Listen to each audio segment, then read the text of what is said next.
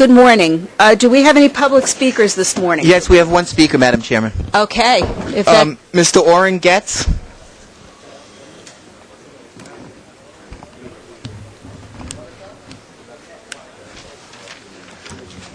Good morning, ladies and gentlemen, members of the board. My name is Oren Getz. I'm a representative from the Empire State Passengers Association, New Jersey Association of Rail Passengers. One thing I'd like to compliment Transit on is the new arrival signs are in operation at the Penn Station stop on the 7th Avenue line. That's a stop where the express and local platforms are separate, and having those new signs is a great benefit. I really appreciate having them. On the other side, the closing of the subway station booths has been really hard on senior citizens. I'm one of them who don't have an Easy Pay or lost your Easy Pay card, because now it's hard to find an open booth to go show your Medicare card and get a paper voucher.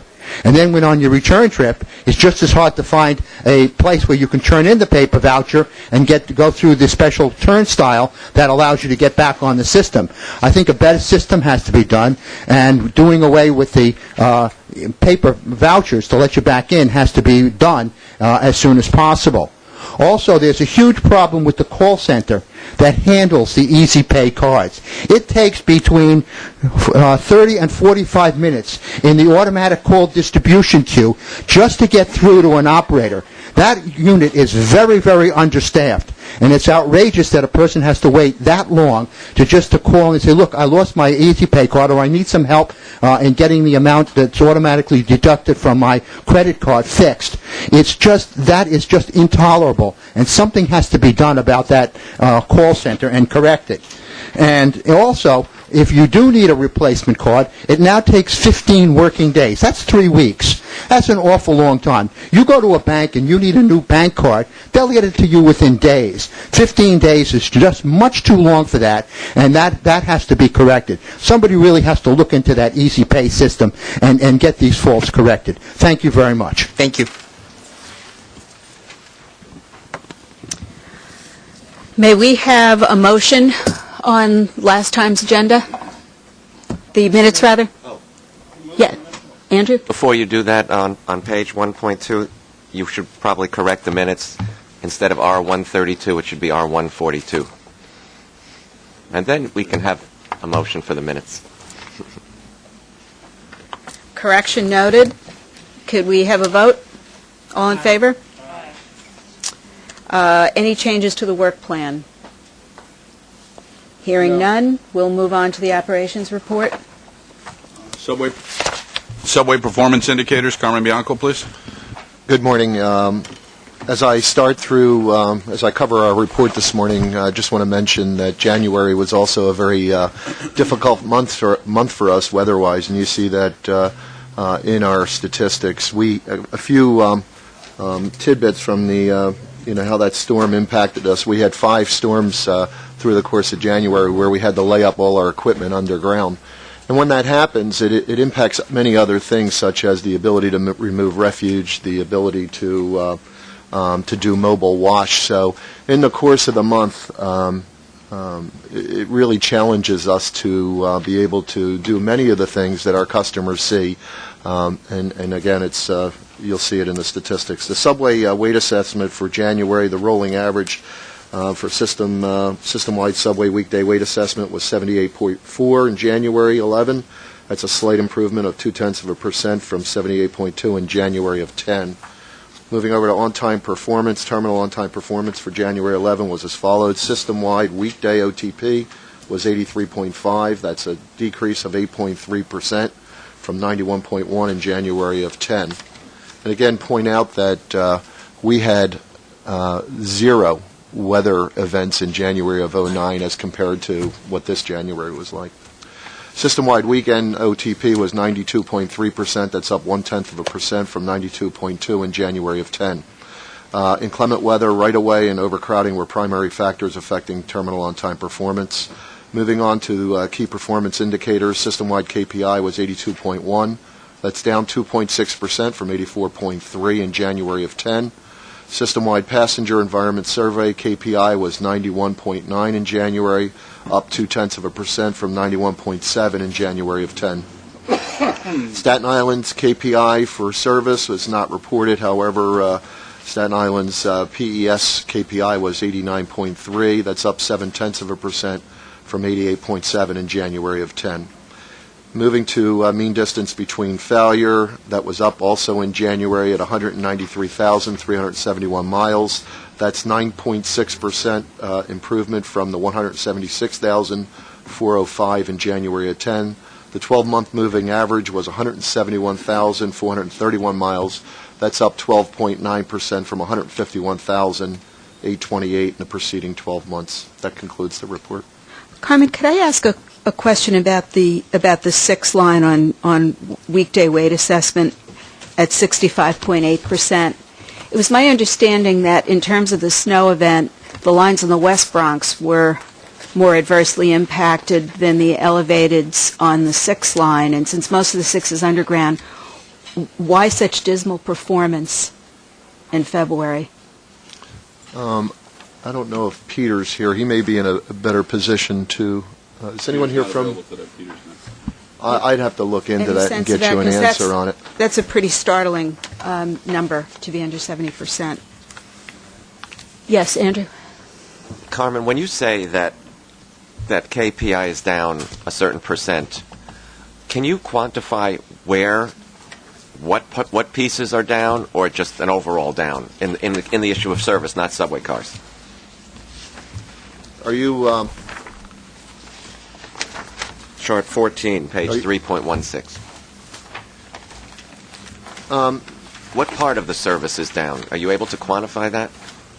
I think what happened in this particular case is it's a direct reflection of the inclement weather. When you look at the weighting around weight assessment and terminal on-time performance, as that was pulled down as a result of the weather through the month of January, I think this is just a direct reflection of that.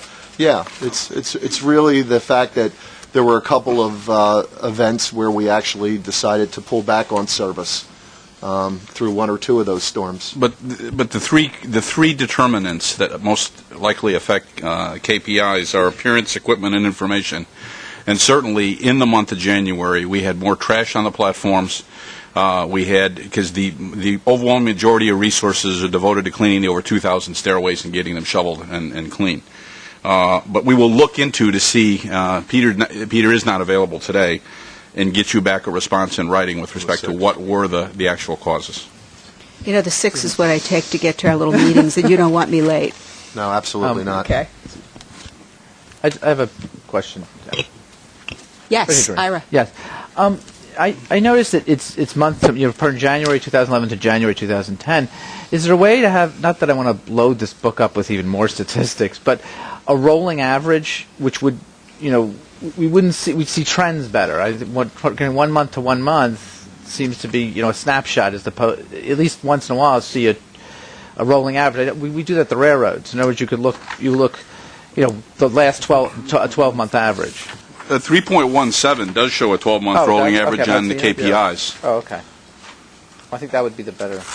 No, you're right, because what it does, both measures are important. A month-by-month comparison will reflect the seasonal impacts and the changes, but the 12-month rolling average is a better indicator of what you're doing overall. So it's a combination of both. Oh, but this isn't line by. There's no line by line chart. I think. It's just this is the overall on 3.1. I'm sure it's derived line by line, so we could print it out. Yeah, I'd love to see that. I don't know. It's up to. I'm not on this committee. I don't want to load the book up. As I said, Trans has a lot, but seeing a 12-month rolling average would be a good thing to see every so often. Why don't we take a look at it line by line and just see if it gives us. Ira's suggestion is good. If for no other reason than, as you've all been saying, January of 11, had in excess of 20-some-odd inches of snow, and January of 10 had 1 point something. Right. So, So to compare 12-month two average so should show dissimilar that. months, even though they're in the same season, an average would probably be a better. I'm sure we derived the statistics, so we should, and what would be helpful if we could provide it on the same page, and we just add a couple more columns and do that. We'll take a look at that. Weight assessment is on 3.4. And we all have so much statistics. I think weight assessment is. Is that correct, or is that... Which shows pretty dramatically bad statistics. On 3.4. Oh, on page 3. That's a 12-month average, yeah. Yeah, that's a 12, but that's like Yeah, but that's for weight assessment. But I thought you asked for No, KPI. I meant KPI also, Yeah. but this is something on weight. I don't know why we don't show it on KPI. But 3.3 has the rolling average for weight assessment.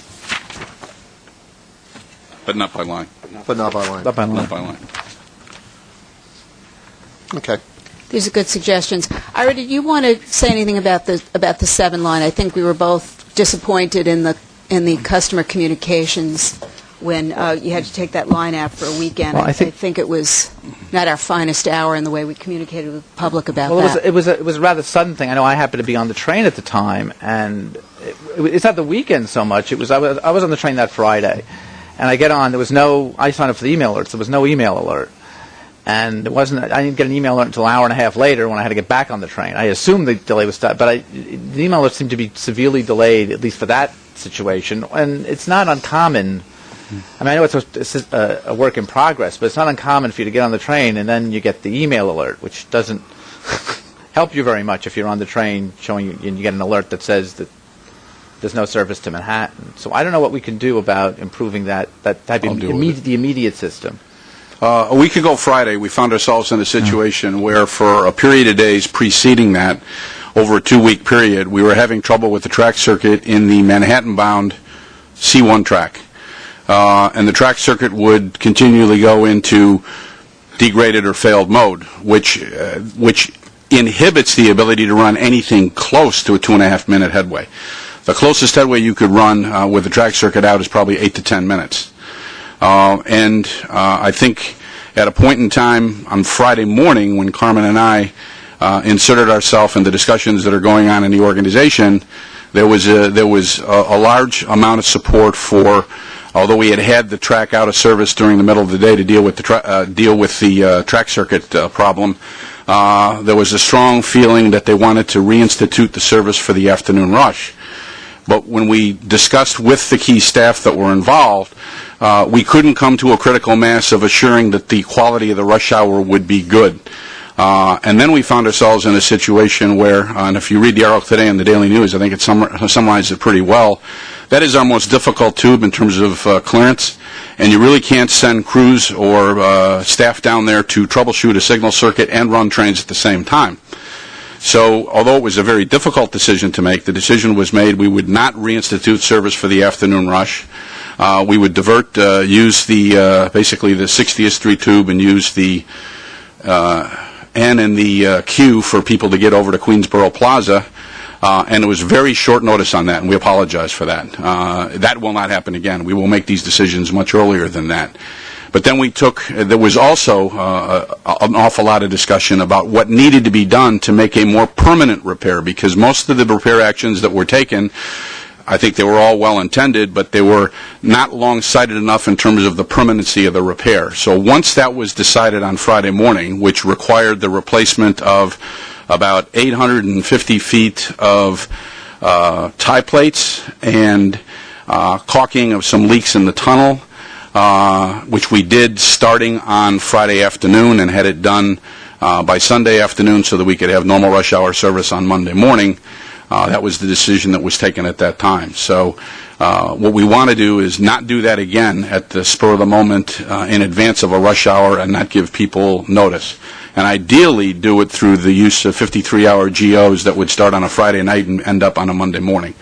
And so, as the chairperson says, that was not our finest hour in terms of passenger communication. But the decision I still support because we would have had a spotty rush hour at best with the reliability of the track circuit. No, I just want to make my comments clear. I fully support your decision, too, because there's been bad experiences on the 7 line ongoing, and I think it was a very good decision to finally, and in some ways I say finally because it seemed to be ongoing day after day, where there'd be signal spotty, you never know when it would happen. And I applaud your decision to do that, and not having service for a weekend so that you could have much more reliable service over a period of time I think it's a no-brainer. And I support that decision. It's just, I think the email alerts, we've with the Long Island Railroad and Long Island Communications, we've gone back and forth with them about what information to send out and whether. I find as critical as the Long Island Commuters Council is of the email alerts on Long Island Railroad, the ones for transit aren't even as good as the Long Island Railroad, and that's really what I meant. I think what Doreen had mentioned to me about, and I don't know, maybe there's something we should look at is the timeliness of them, and you need in some ways transit. I think you need more timeliness than you would need on Long Island Railroad because of the way people just get on our system.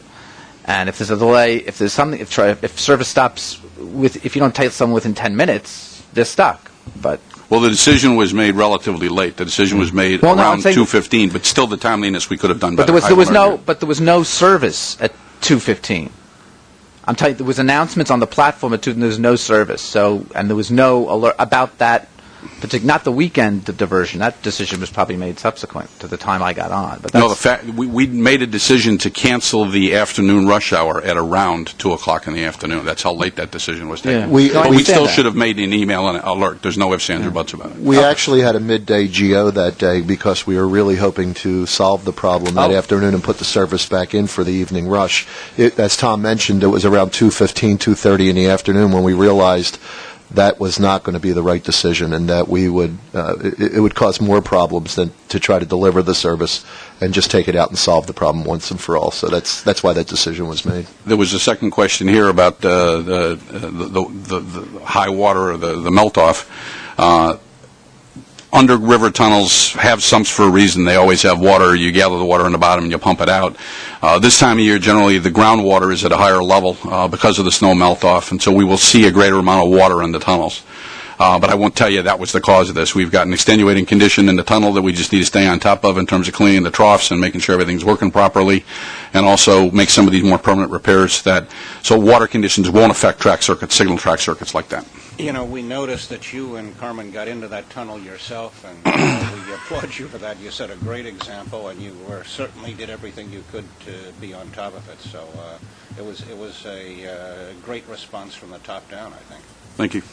What we need, what I really would like to suggest too, is that if we're going to have these types of disruptions at some of the Queen stations, passengers didn't know that you were at one point running a shuttle service. I think we have to have more bodies in the stations to make announcements or to tell those folks that don't have access on email or cell phone what's going on.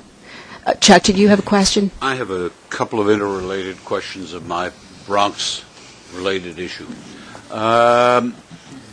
You closed for service the weekend before last the number 1 stations in the Bronx for the purpose of fixing rail and platform, and you did a fine job in alerting everybody, and everybody knew what was happening.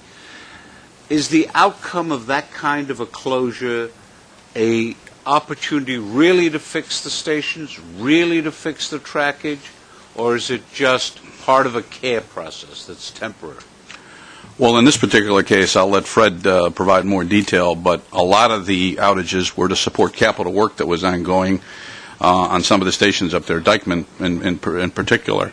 So parts of the work will be more long-term in nature in terms of the capital program process and projects that we have. But we also piggyback on top of that to take advantage of the outages, ongoing maintenance and inspection work. So it's a combination of both. But almost always we are trying to make sure that the repairs we make are as permanent as possible, not temporary. My second question is, if you look at the statistics for the number 5, 2, 5, and 6 line, all of which emanate in the Bronx, we've got some pretty bad waiting statistics, wait assessments up there. And to the extent possible, I would repeat the comment made before, and I know you have paid attention to it, we've got to do something about those wait assessments. Those are the only ones that are below 7, and you're absolutely right. Yeah. Yes.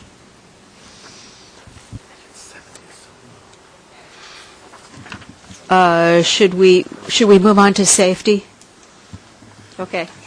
The subway customer accident rate was 3.98 per million customers in December versus 3.81 last year, and the 12-month average decreased by 7.9% to a year ago, compared to a year ago. The employee lost time accident rate increased by 19.9% in January, and the 12-month average rate also increased by 6.1% compared to the previous year. Slip, trip, and fall and overexertion cases increased greatly in January 2011 versus January 2010 due to severe weather conditions and snow clearing activities. There were 109 confirmed fires for the month of January, up 21.1% from January 2010. Fires increased by 4.2% over the last 12 months. The increase in January was seen in right-of-way insulator and electrical type fires associated with snow, salt water from the weather. For the month, 100% of all fires were categorized as being low or average in severity. And Cheryl, we're going to be hearing from you a little later on with a special report at this session. Yes. Okay. No on, no on safety overall. Chief Monahan? Good morning. Well, the Transit Bureau continues to keep the average number of felony index crimes per day in the entire system down to less than 6 at 5.95 an average daily for the year to date. However, the month of February, we were up 14 crimes. That's an increase of 9.8%. The year to date average is up 4.2%. That's also an increase of 14 crimes. So the bulk of our spike occurred in the month of February. As far as enforcement, total arrests for the month of February are up 12%, including a 4.1% increase in the area of fare evasion. Could you comment, there have been articles in the press about the vandalization of MetroCard machines and then subsequently people selling swipes. Are you doing anything special or different to try to stop that type of destructive behavior? Yes, what you're speaking of is individuals that are selling fares into the system after tampering with a MetroCard machine, making it impossible for a customer to use. My boss, Chief Diaz, has made this a very high priority amongst all the district commanding officers. We now work with intelligence as far as getting the real-time information of these machines that are going down. We're working with Carmen Bianco's team receiving real-time repair reports, so we now can plot when these M machines are going down, and using our plainclothes team, which we have dedicated to the swiping problem. We have 1 sergeant and 7 police officers. The name of the unit is the MetroCard Fraud Task Force. They go out based on smart deployment through the repair reports and sit on locations and make arrests. Our arrests for the year are up 21%. That's 50 arrests for the area of fraud involving the swipers. Every CO attends daily deployment briefings. Particularly on Monday is when we actually deploy all of our resources, including the Vandals Task Force, along with the MetroCard Task Force, to key in on particularly problem areas. We've put a lot of attention at stations such as Utica, Parsons Archer, 125 in Lex, 116 in Lex. So we're deploying to these locations the same way we've been deploying to, felony index crime. So it is a problem. We're going to continue to keep an eye on it, and we're going to continue to keep the enforcement up. I want to make sure the public understands that we're not sitting by idly while this type of thing is going on. It's terrible behavior. It hurts all of us, and I'm glad that you guys are on top of it. Any questions? Would it help enforcement if we eliminated the use of unlimited use MetroCards and, say, charged everybody $2 a swipe across the board in an excess of democracy? Would that help you? This is a rhetorical question. MetroCards are used in a lot of ways by us. A MetroCard has a lot of value to us in an investigation. So there's no easy answer to that, because cards can be used in a lot of ways that are helpful to some pretty significant investigations. The only comment that I would add to what the chief is saying is there is a really incredible relationship between my organization and NYPD on this topic. We meet all the time. We have ongoing meetings. We're always looking at where we're having the high level of crime, where we're seeing the high level of these incidents, so we work at them on that basis. I won't go into a lot of the detail, but this is a very strategic, very well-planned sort of intervention, if you will, on bringing down this level, this type of crime. Thank you. Is it at all possible to have cameras in these machines? Yes, and many machines of those type do have a small camera inserted. You'd know who was vandalizing the machine. I don't believe as soon the as current it happened. machine has a camera in it. Does it have the but, I mean, capability? I have to take a look at it. I mean, there are a number of machines we buy, a number of devices we buy that are camera ready, meaning that you can install a camera, but I don't know if like these the help specific machines. points. Exactly. Yeah. Well, I won't go into detail, but I'll just say that cameras are used as part of the strategy. Thank you, Carmen. Finance, Tom? Oh, I'm sorry. Yeah. Quick question: Is there a easy, non-burdensome way in which we could break down the crime statistics on a borough-by-borough basis, or is that an impossible task for you to do? Well, there is a significant burden to that. We do break it down for our internal use. Like for February in particular, I could say the bulk of the spike came from the borough of Brooklyn. As far as getting into detailed information, I'm not prepared to give you an answer right now. Would you take a look at that, because it may help us? It seems to me that the more we zero in on what are so-called petty crimes at an early date, the better off we're going to be long-term in terms of those folks go into the more serious crimes. And if we focus on it on a borough-by-borough basis, we're just drilling down as much as we possibly can get. Well, your point is very well taken as far as petty crimes, which is why we very strongly enforce the unsafe riding regulations, the fare evasion regulations, the quality of life conditions. So as far as putting it together for this committee, I would have to report back and put that request in. Thanks. Yeah, I'm not sure we would have to do it on a monthly basis, if that makes it easier, Chief. I think as long as we maybe have a quarterly or semi-annual, and it could be verbal. Chief, just one more question, if I may. Does Comcast get this information too and review it? ComStat? Comstat, I mean? ComStat gets this information every day.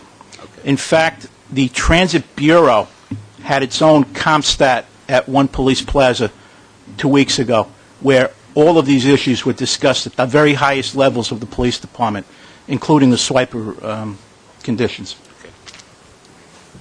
Yes, Andrew.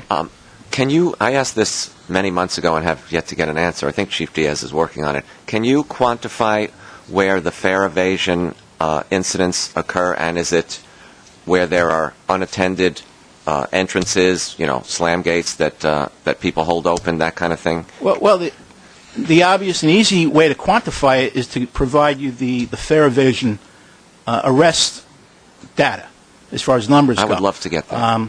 Whether I can give that to you, I'll report back.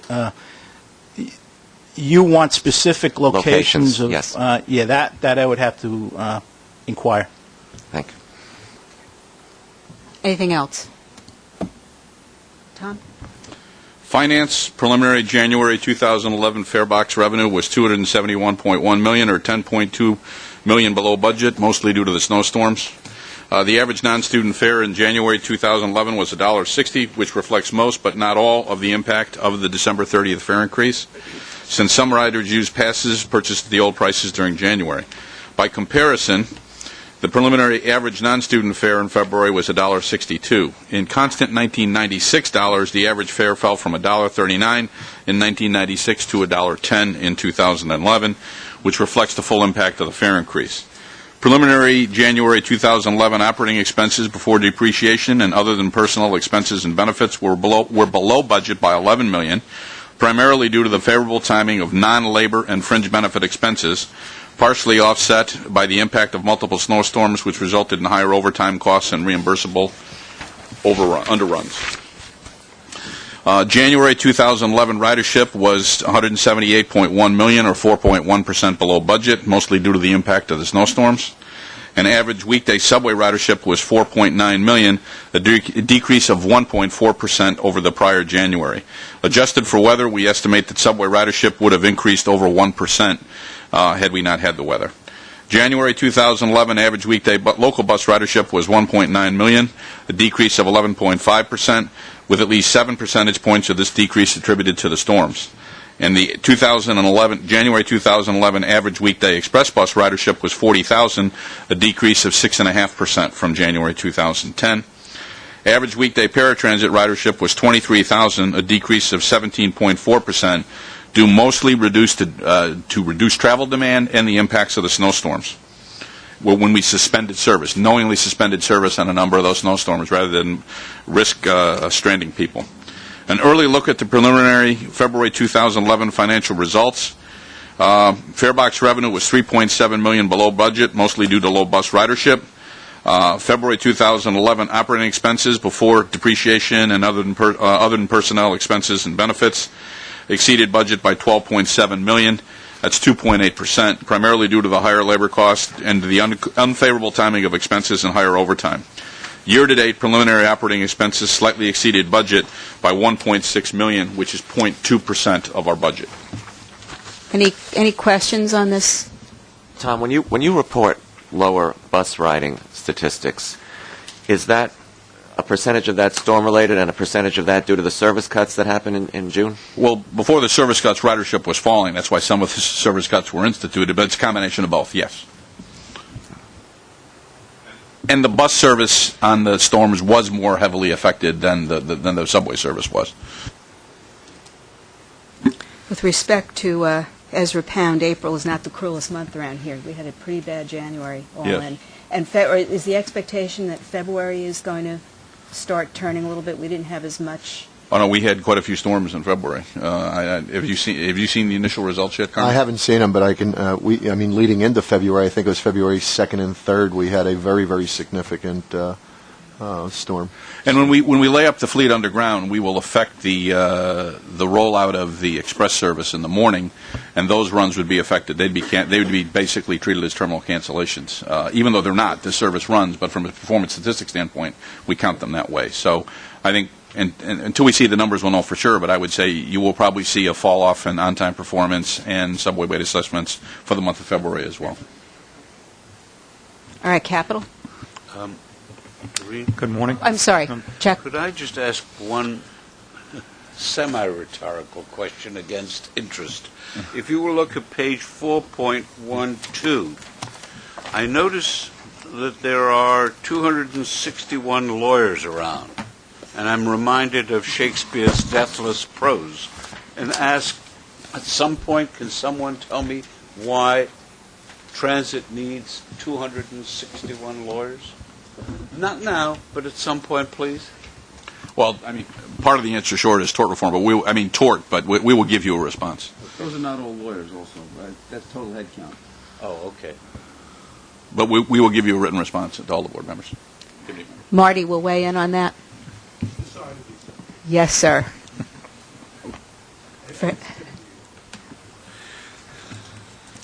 Okay. Good morning. Looking at the capital program results, commitments through January 2011 totaled $130 million. The two major awards for the month included a portion of our annual track program, which involves both the elevated and the subway track replacement, mainline switch, and continuous welded rail replacements. And the second was a purchase of buses, 90 low-floor, 40-foot clean diesel buses. Completions during the month of January totaled $40.6 million. And that was in the area of tunnel lighting. We had one project on the 4th Avenue line. That's the F line, between 4th Avenue Portal and Church Avenue Station, about 5.5 miles of tunnel lighting on the express tracks. Project to alleviate flooding conditions on the Lex line at 86th and 125th Street. And reconstruction of stairs. This is part of our station component program, where we completed a campaign on the Jamaica line It involves 7 stations and 18 staircases. How did South Ferry get through the monsoon season here? Were the grouting holding up pretty well at South Ferry? Do we have any incidents of flooding Not aware there? of any major complaints in the station. We don't have any major leaks. We do have a couple of continual leaks that are coming from groundwater, and they're nagging leaks, but we haven't had any major leaks, especially with the weather.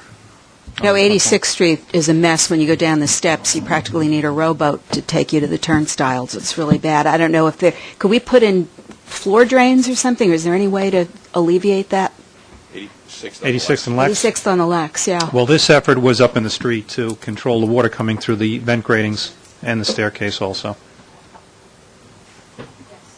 Fred, on Yes. page 4.37, it says closeout for the signal system modernization project at the St. George Terminal at Tottenville. How can that be? That was the entire line. So it's St. George to Tottenville, Right. not at Tottenville. Right, no, it was the whole line. Okay, got it. And yeah, Green, just one question. Tom, I am correct, am I not, that the grandiose structure and attendant expense at the Fulton Street Transit Center or down at the World Trade Center is a project of the Port Authority and not of the MTA? Well, we have a project that Michael can speak to on the Fulton Transit Center, but there's a separate project that the board has. The one that's designed by Yes. you know, that's a great... Can you hold that 1 second, because we're getting to MTACC, and let's talk about it in the context of Fulton Street? Sure. Michael, I think that's your cue. Okay. Actually, the prior meeting, I've said something regarding a program of Discovery Science Channel, and some member of the board were not here when I said that. It's really an exciting thing for us. MTACC will be featured on this educational documentary television series that Danny Freitag is host. He featured a lot of projects around the world, including the Gotthard Tunnel, the Shanghai tallest building, the deepest gold mine in South Africa, and so forth. And it will be featured on April 8th at 10 p.m. And I forgot to mention that actually, subject to copyright rules and regs, we'll try to make DVD copies for all of you, so you won't have to stay up to see it. Are you going to be a film star now, Michael, after this? Are we going to lose you to Hollywood? I don't believe so. Right. Is this because you found an alligator or a dinosaur at the end of the tunnel? It's more of a dinosaur, I think, right? Let me start with the Fulton Street Transit Center, and Commissioner Merdler, just so you know, the Transit Center is the MTACC project. It starts at the H&M Wall, that is the Hudson Manhattan Wall that separates us from the Port Authority, and it goes all the way to William Street, connecting, in fact, all of the lines, actually 11 of the 22 lines, and that also eventually will include, when the wall will be open, the path. So that is the whole complex that we are responsible for. We got it. Okay. One of the things that I would like to highlight is the fact that 120-foot cranes, after numerous mishaps due to weather, were able to install it. It's in place, and we started to erect the steel. This is the first V columns that I will support. Actually, I always refer to it as the bagel above that, but that's is going to support that. And these are a couple of pictures of the same. We also have, keep going. This is actually the stairways are in effect in their final locations, but this is a temporary structure in order to allow the connectivity between 4, 5, and 8C during construction. And the project is actually proceeding well. We are in effect expecting to open the 135 William Street this July. Obviously, we expect the R southbound to be open on 9/11, and The only thing I can say is that the first escalator out of a total of 10 has been delivered, is on site, and we're actually now expecting 16 new elevators at the Fulton Street complex. So by the time we're done, we'll have 10 escalators and 16 new elevators. Keep going. To keep it operating order. The number 7 line is actually a project that at this point is proceeding extremely well. What we are doing, can you, okay. This is just to give you an impression, a clear picture of where we are. The waterproofing, as you see, this is on the mezzanine of the station. This is the mezzanine down here. The arches, this is the forms, what you see here, that are actually moving forms. And just to see, the next one will give you, this is how it looks after we pour the concrete in place. This is quite advanced at this point, and we expect to finish all this work, and with the contractor, in effect, getting a bonus at the end of the day for completing early, about 6 months ahead of schedule. Next, this shows you how the tunnel segment looked like. This is the work in the starter tunnel, and I think that's about as much. And we have right now a contract, a major contract that we will award. This is one before last on systems, and we just postponed the opening of the contract to April 29th. It's kind of coincided with Easter and the Jewish holidays, so we just moved it out by a week to be responsive to the needs of the contracting community and ensure that we're getting the bids that we want a lot of bids to get. Next. 2nd Avenue subway actually is, can we get the next one? What you're seeing here is actually the TBM machine and the trailer. We pulled it out of the western tube. Is now realigned, and this is a picture actually from the cavern, just poised to start the second tunnel. The ground freezing at this point is pretty much complete. We expect, based on what I learned, actually, we were hoping to start it actually Friday, the tunneling ahead of schedule. We expect to start it this week. We achieved the appropriate temperatures at the level that we need to actually bore, and we're about, if I'm correct, about minus 15 centigrades. That's about, I think, minus 15 Fahrenheit. It's about the same. And this is actually a picture from the startup tunnel that has been poured in place, and just shows you where we are with that.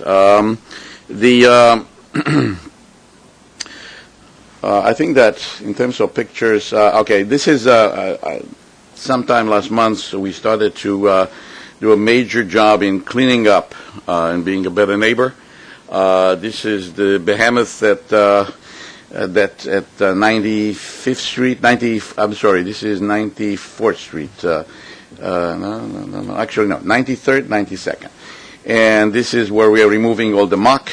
We kind of wrapped it up, cleaned it up. Can you go to the next?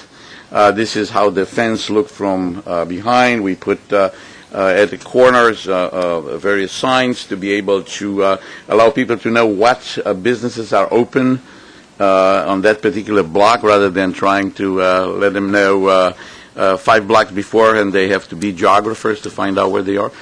We put in delineation devices along the crosswalks to allow people to know where it is, and we're now actually assembling comments from the community to see they like it, they dislike it, what we can do better, and that's right now we're moving ahead and doing that. I think that we don't have any more, right? That's it. Okay, so can you turn on the light, please? Is it your expectation that the muck removal facility at 72nd, is it, or thereabouts, 69? Yeah. That's 69 and 72nd. Is that going to be the model of roughly what it would look like? No. No, that's not. Over there, we are actually doing something a little more let's call it creative. We're creating a mucking system that it will use electrical winches to move the various things, so we won't have to have a diesel engine driven system, and we are actually making sure we went to meet with the elected officials, we met with the community board, we are meeting with the people living next door, so it's a process that we expect to finish now and put that in place. That mucking system, although open, okay, with the exception of the lower level where we actually enclosed it, so we can also basically protect the pedestrian traffic on one side and the traffic on the other side. We also are looking at the possibility, if in the future would be needed, that we could even enclose it for periods of time as needed if in fact the community wants to. So we are actually working on a system that, and we don't know yet at 86th Street what system will be in place. Let me just mention the fact that the TBM tunnels, that the western tunnel, the contractor, in fact, had a contract that we have was a change order, and we put in an incentive for them to finish ahead of time, and they would share a 50% in that and with us, and they actually they earned an incentive, and right now we expect it to be about $1.12 million, subject to negotiations still. Because we believe they finish earlier than they said that they finish, right? So, because what happens is in this type of incentive, we get money back from the contractor, right? So if they finish early, whatever the time, we split it half and half. So if they get X number of dollars, then we get credit for half of it, whatever it was. So if they didn't beat the system, therefore they get all the money. So this is one time that actually it's a good type of negotiation. The 96th Street heavy structural, they are continuing with the secant piles, and and we are actually the project is moving well. We are making some adjustments in front of the Carnegie housing. It's for the elderly to just make sure that they can get in and out. There is a problem there. So we have addressed that, and we'll make the changes. Regarding the 86th Street open cuts and utility relocations, they are moving along. They're making progress, and we expect that the work to be finished. So the 80th Street Station cavern mining could start basically on a timely basis. We did a technical qualification for the contractor in February. Clearly, the contractor is Skanska Trailer Brothers, big contractors, no problem with pre-qualifying them, obviously. But we have some other forms, and we are right now looking at all kind of other issues to be able to award the contract. Originally, we were hoping to actually award by March 29th. We're still looking at that. Not confident that we're going to make the date, but that's going to be fine, I believe. And that's about it. Could I ask a few questions Absolutely. on Second Avenue? Yes. Let's take the TBM, and I'm looking at 5.7. Let's look at the TBM tunnels and shaft contracts. We thought the budget for the job was $392. Let me just go to the page that you 5.7. Yes. Okay. The budget for this job was 3.92. It came in under budget, and that 378.9 reflects the change that's in the upcoming procurement we're going to be discussing on page 6.17. Right. There's an additional $1.2 million. That's correct. And that 3.78.9, actually the sum on page 6.17 comes to 378.4, so there's a $500,000 differential. Yeah, but right. Anyway, that $14 million remaining contingency is part of the 378, correct? The 14 million, no, it's part of that. If you take 378 and you add to this the 14, you go to 392. Okay, so in other words, we are on budget on this contract. Yes, that's correct. We did not. That's correct. Okay. Although I want you to remember that we had a number of major changes. We needed to freeze the ground. Right. That was one change. Then we needed to shift and actually go and start driving the western tunnel further than we originally thought we were going to do. We were supposed to stop at 72nd. We went to 65th. So we're going to also get some money back from the contractor because of the type of work. If we had to blast that piece from 72nd to 65th, would have been much more expensive than the way we did it. But that remaining $14 million has to get us through boring the west side now in terms of contingency, and you're comfortable it'll do that? I'm comfortable we will do that at this point, but I just wanted to also mention the fact that we have a large reserve also in addition to that. So budgetarily, Second Avenue is really in good shape. Okay, because as I look at the contingencies on some of these other projects, at a 5% contingency on a few of them, they look pretty skinny. And I just want you to go on record saying you think it's going to be okay. I'm going to go on record and saying that overall the budget will be okay. We have significant reserves that we put aside. So while some changes may occur in the middle, and some of it is also we drive them, like asking the contractor to, because our contract did not call for the type of MPT and cleanliness that we now require. So therefore, we have to pay for it, a little extra. But again, I'm going to be on record saying that Second Avenue is on budget. And then the 96th Street station structure, you said it was moving along pretty well, but 2 years into it, we've only expended $93 million. Right. Is that sort of on target? I would have thought that... some of the thing is that at the very beginning, a lot of the work that we have done is relocating utilities.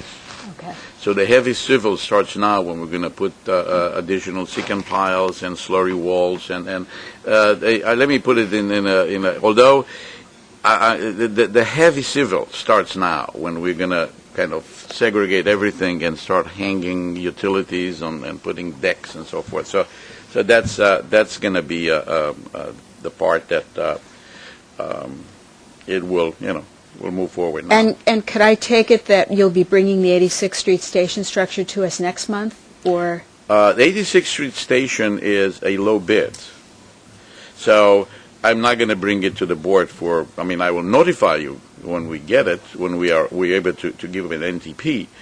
But we're very interested in the amount of that low bid. I can tell you. I can tell you now. It's $300 million. And it is $199 million less than the budget. And it was the next bidder was $330 million. So we got 5 bids, and one was smack on our budget, and this was Chavone.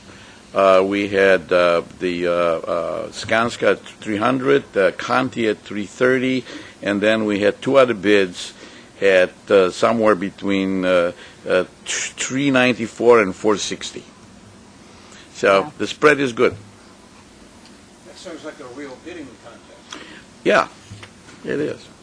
And that's a good thing. And sometimes you get lucky and someone really goes low.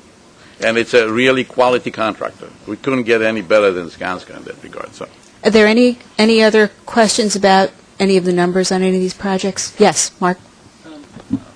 Michael, in the event that the tunnel boring machine contract for the West Tunnel is completed earlier than anticipated, and in the event that you do not pay a bonus, is it possible to have them use his time instead to build the 10th Avenue and 42nd Street station on the 7 line? There we go. I think that I thought Commissioner LeBeau was going to say, can you have him go down to Right. to the battery, but Right. The bonus is, I kind of, when you deal with these mega projects and mega budgets, you get to kind of look at it and say, oh, only $500,000, only $1 million. I mean, it's like a small percentage, but it is only $1.2 million, so it's not a great deal of money in the scheme of things for this. It's a bus route, Michael. Right. Well, as you add them up, they add up to real money, I guess. So. Are we ready to move on to procurements? I'm mindful of the ticking clock here. Tom, Steve? The procurement package this month presents both New York City Transit and MTA procurements. There are a total of 8 actions representing $13.9 million in expenditures. I ask for your approval for all the actions in the agenda. Let's have a motion. Questions? Chuck? PB American, page 6.16. There you have a mixture of an EIS and apparently plans changes where you've got an original amount of a $40 million contract that's now up to $154 million. Why the mix? Why the increase? Could you have Fred jump in with you on there? It's not No, Fred. that's not. It's oh, that's actually, you. I'm it's me. sorry. I'm sorry. And here is the deal. No, this is This contract was awarded many moons ago, and it included an EIS, preliminary design, and final design, and construction support service. So it's soup to nuts. It's really births of grade. Apples and oranges, though. No, it's not. No. And I'll explain to you why not. In order to do an EIS, you needed to do the preliminary engineering. So it's a big effort in doing the preliminary engineering, and you really want, in the cases like that, to get one firm to do both because they can coordinate the engineering with the EIS and understand the impact that they created. So this is a contract that I believe was awarded way before I joined MTA, but it was actually awarded to PB appropriately as one contract. Of course, they have subs and so forth, but that was awarded then. I have questions when you look at the amount of money, $40 million on a $2 billion contract. You'll quickly understand that it was totally underfunded when it was done. You cannot do a project that is $2 billion in construction and spend 2%. It's just not happening.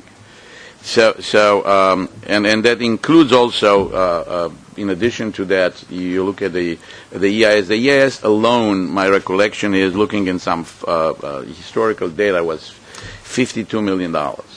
Okay, I mean, this was a big undertaking. So knowingly, apparently, the budget was set relatively low, and money was shifted between various tasks. As it happened, this particular change order that is being requested here is in order to address the additional final design services that were requested that include the repackaging. Give you an example.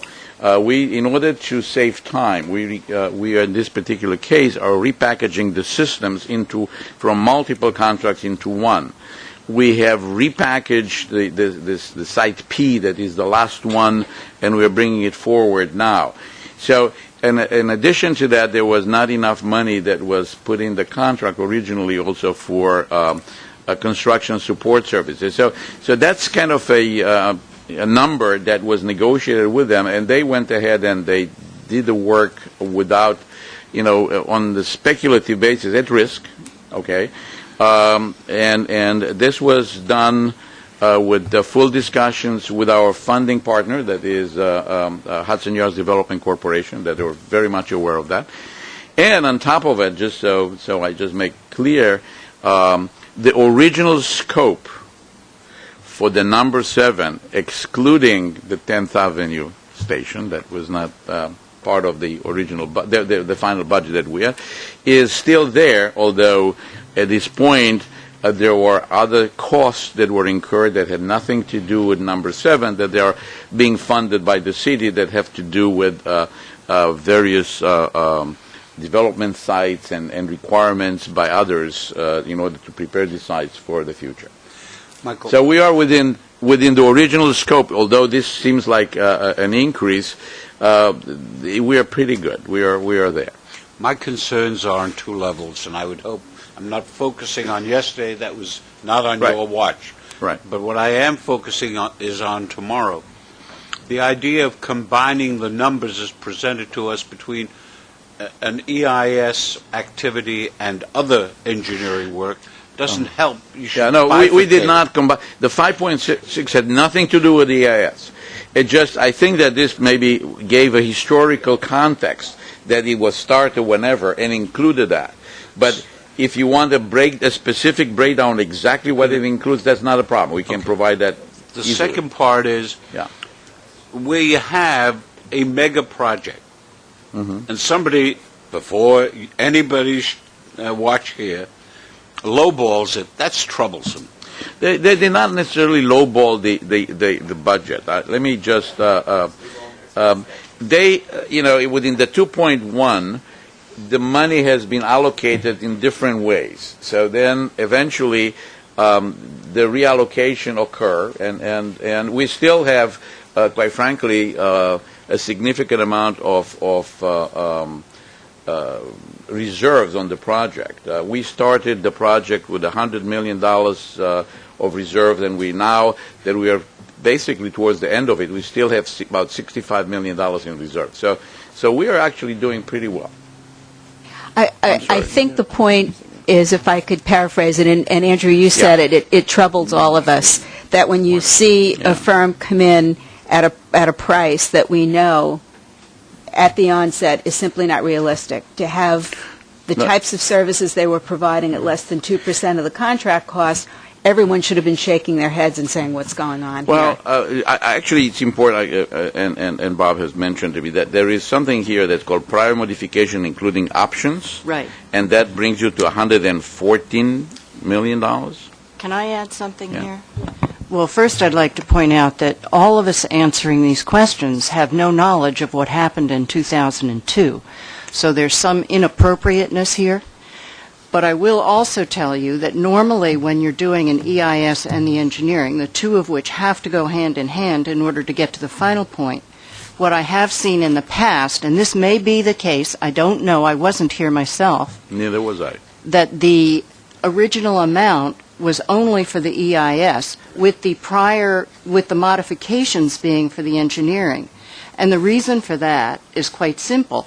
If the EIS doesn't get a final approval, we don't want to be hung out for the rest of the engineering.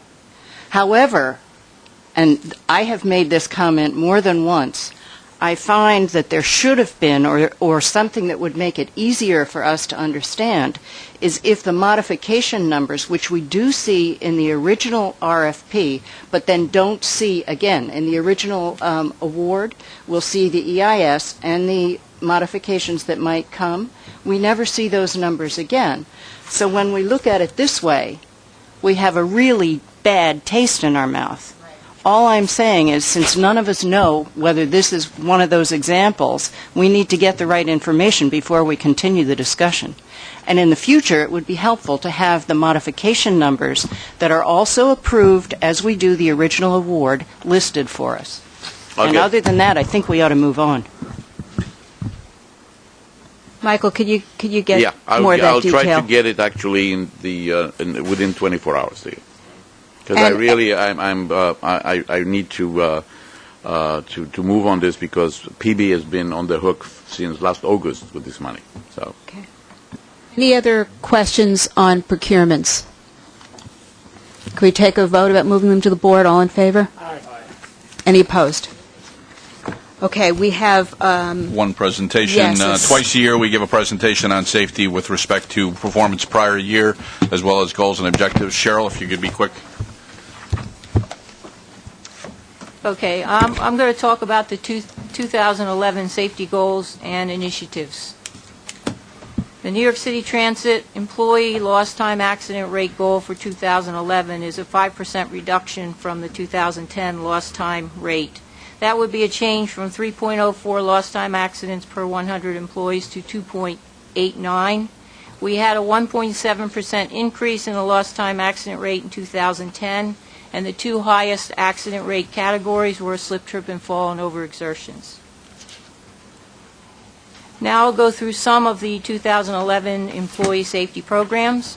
First is the safety culture change effort in Department of Subways. We're working to refocus employee safety attitudes from purely compliance to a personal desire to avoid at-risk behavior. This will be a difficult process because we're trying to change personal values and attitudes that have been fostered over many years.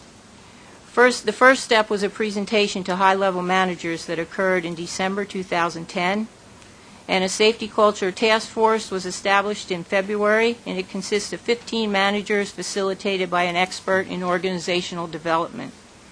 They are identifying a process to promote change in the safety culture. They're also working on getting subway managers to take ownership and become engaged in the effort.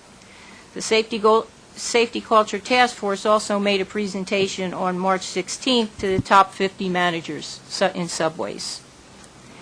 The next effort involves hazard assessments performed by System Safety on high-frequency accident titles to identify causal factors and corrective measures. The initial analysis will be done on cleaners. They're experiencing a high number of slip, trip, and fall and overexertion accidents. We're going to take a look at work tasks, procedures, employee actions, training, equipment. They'll all be reviewed, and corrective actions will be taken where necessary. The next program involves implementing safety goal action plans. System Safety developed safety goal action plan guidelines which address safety communication, audit and inspections, accident investigation, training, safety committees, and monitoring employee safety performance. Each department implements a safety goal action plan. Buses, subways, and all support departments participate, and System Safety monitors the process. Another program involves investigating near-miss incidents. System Safety investigates incidents involving train or right-of-way operations that have the potential to result in employee or train contact. This includes improper flagging, portable trip overruns, train operators passing work areas at excessive speed, and general order violations. Corrective actions are implemented if necessary, and quarterly trend analysis are conducted and provided to subways. The most frequent incidents in 2010 were portable trip overruns and improper flagging. Next are our track safety inspections, and we'll be continuing the joint System Safety TW audits of track work. And inspections are conducted 4 nights a week, and also quarterly reports with common findings are issued so subway management can take action.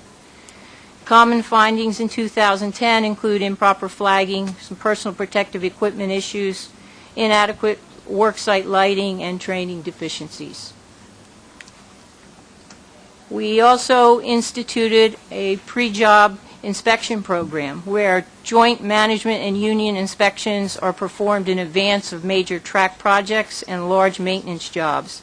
Safety concerns are addressed up front, and placards are issued and displayed on the job site so that everyone knows that the job has been reviewed. Small jobs that don't require a placard are inspected by management and the union prior to startup. The inspections include flagging, street flagging, crane operation, clear up spaces, emergency alarm boxes, telephones, third rail power, work site illumination, and fire prevention. One of the 2011 employee safety programs in buses is a safety performance monitoring program where we combine both employee accidents as well as bus accidents together, and employees that experience 4 accidents resulting in an injury in 12-month period and employees that experience 4 accidents resulting in an injury in 24-month period with 1 occurring in the past 12 months enter the program. And observations are conducted on these employees looking for both safe and unsafe behaviors, and reinstruction, training, and counseling is provided to these employees. Another program within buses involves evaluations conducted jointly by System Safety and bus personnel. Evaluations are conducted at all depots and central maintenance shops. They focus on operational and maintenance procedures such as the 3-point contact when boarding and alighting the bus, right side mirror adjustment, seat belt use, cell phone use, and bus lift safety. They identify unsafe acts and recommend corrective actions. Next, I'll talk about the customer safety goal. The Department of Subway customer safety goal is a 3% reduction from the 2010 customer injury rate, which is a rate of 2.98 injuries per million customers. And the rate was chosen by looking at historical data over the years. We had a 7.8 decrease in the subway customer accident rate in 2010. Slip, trip, and fall on stairs in stations is our highest accident category. So to target that accident category, one of our 2011 customer safety programs involves station inspections.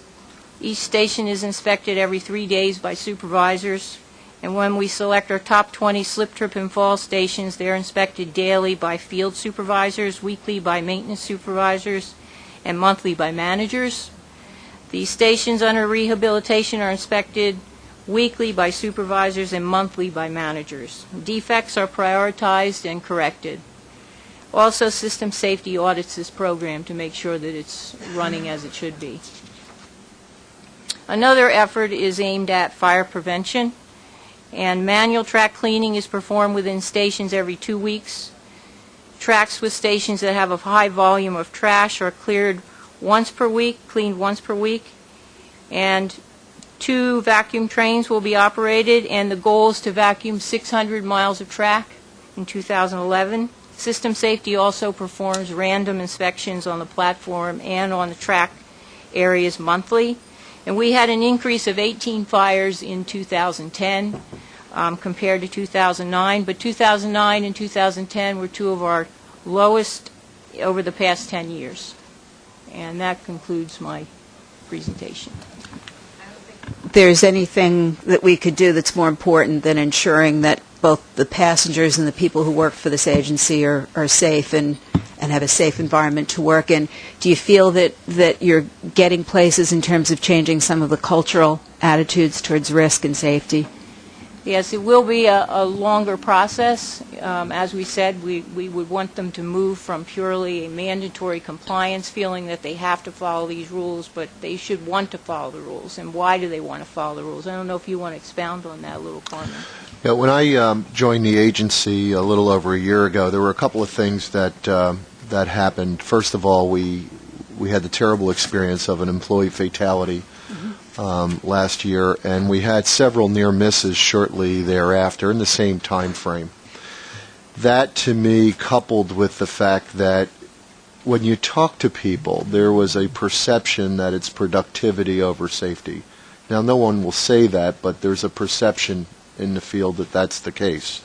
That's what led us to say that this isn't about having more rules and regulations and doing more compliance. That while we have to do that, what we have to do in order to drive the numbers down and really to get to an injury-free culture, and a culture where when you have problems in the field, it's good to talk about them. We want to know about them. We don't want to drive any of these behaviors underground, is to really begin working with the leadership team. Mm-hmm.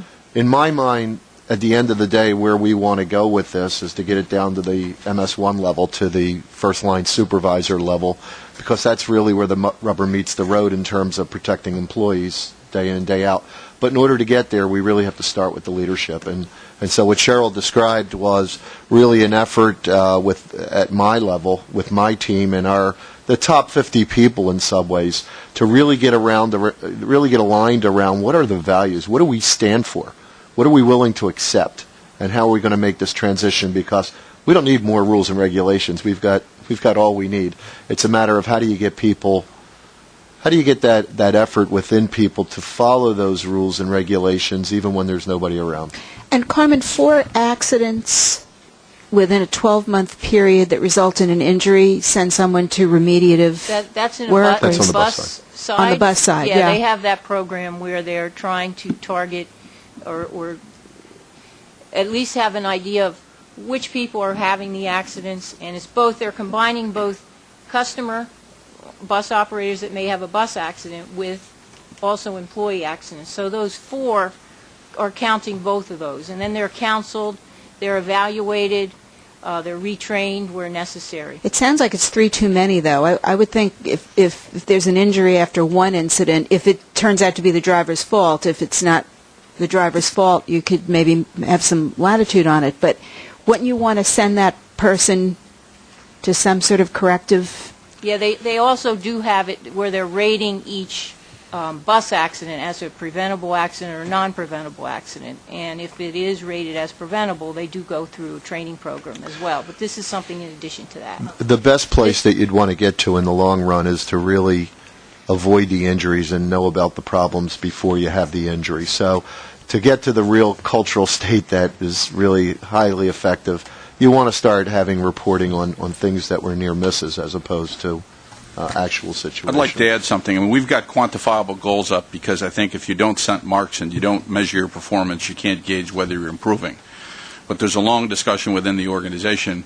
Certainly, you don't even want to say a certain number of injuries is acceptable. So a 3% improvement doesn't really get you where you need to go. And to say that there's a cultural problem, and it not only is in safety, it affected the whole issue in signals. It still does, and the whole issue of what is the right behavior. And if you don't deal with that issue, I don't care what form of punitive punishment, which is necessary, don't get me wrong, but you can institute that all day long. It won't change the overall performance unless you get to the cultural issue. I received an education last Friday from Carmen and his colleagues, which is invaluable. But it seems to me one of the things that we need to do some thinking about is the availability of food products to passengers who then discard some or all of those products on the tracks, on the platforms. They're the cause of the rats. They're the cause of the fire. The public does this. It doesn't just happen, and we have to do something to make it clear that the public's got to wake up. Hear, hear. We've said that many times over. Short of an outright ban on food and drink in the subways, which, quite frankly, I think would be a swell idea. It contributes to all of the problems that you enumerated. We remove about 90 tons of garbage a day from the system, and we don't bring it on. But to be frank, we are a city. We carry 5 million people a day. And if you do have a rule, then there's the issue of how you enforce the rule and what level of resources you devote to enforce the rule. So it's an issue that if I've heard discussed once, I've heard discussed 5 times in 25 years in New York City Transit. And I'm not saying it shouldn't be addressed. I'm just saying it is a very, very large issue.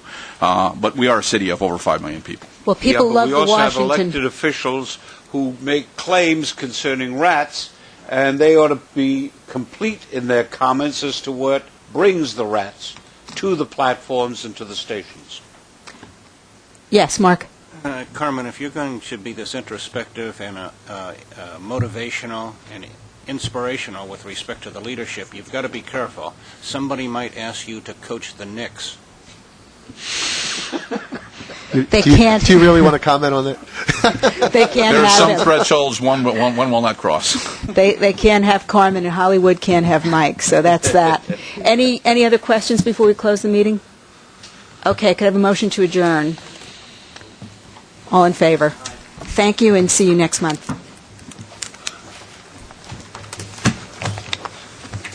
Good job.